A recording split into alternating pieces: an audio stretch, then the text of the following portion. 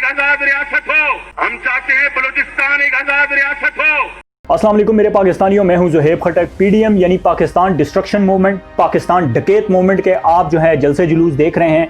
कल जो इन्होंने बलूचिस्तान में सर्कस लगाई है वो सब आपने देखी। जो इन्होंने मुल्क दुश्मन बयानिए को इन्होंने सपोर्ट किया और बरमला उसका जो है स्टेज पे खड़े होकर इजहार किया है अपने पालतुओं के जरिए, और इन्होंने बताया है कि हम BLA के बयानिए को सपोर्ट करते हैं कि आज़ाद रियासत होनी चाहिए बलूचिस्तान की, और यही जो है आपके मुल्क दुश्मन अनासिर भी चाहते हैं कि पाकिस्तान के टुकड़े होने चाहिए। अब इदारों से मेरा सवाल यह है कि आपने TTP के खिलाफ बरवक्त एक्शन ना किया।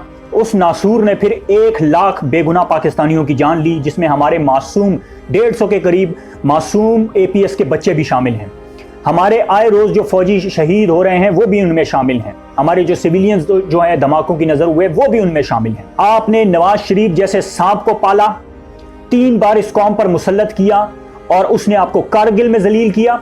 उसने वो बयानात दिए जो आलमी अदालत में आपके खिलाफ बतौर दलाइल पेश किए गए।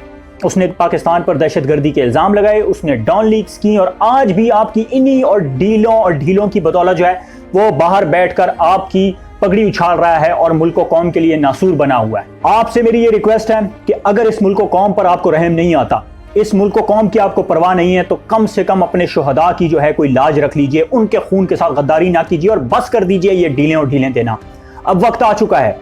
इस कैंसर के मूजी मर्ज का इलाज जो है वो लाजिम हो चुका है कि जब आपके जिस्म में कैंसर दाखिल हो जाए तो पहली ही स्टेज में उसको जो है उसका सदबाब करना पड़ता है, उसका इलाज करना पड़ता है। लेकिन जितना ज्यादा आप उसको डील देंगे जनाब, वो पूरे जिस्म में फैल जाएगा और लाइलाज हो जाएगा। उसका इलाज कोई नहीं होगा, फिर एक ही इलाज रहेगा और वो होगी मौत। खुदारा इस मुल्क पर रहम कीजिए।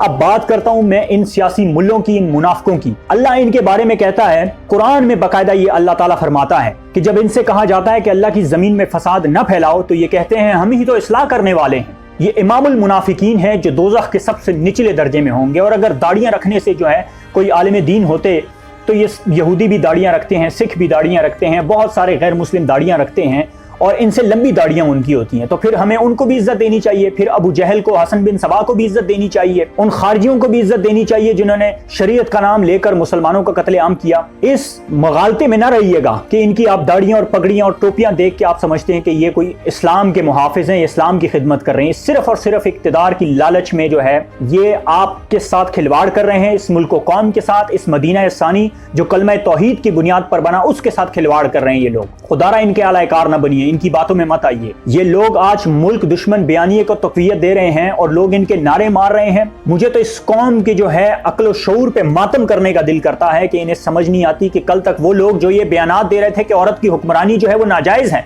इस्लाम में हराम है, आज उन्हीं के गैर महरम औरतों के साथ, ना महरम औरतों के साथ बैठ के जो है वो एक आपकी जमहूरियत का मंजन आपको बेच रहे हैं और आपकी अकल पर पर्दे पड़े हुए हैं। मैं पाकिस्तानियों से कहता हूं, पाकिस्तान के इदारों से कहता हूं कि खुदारा आप बस कर दीजिए ढीलें देना।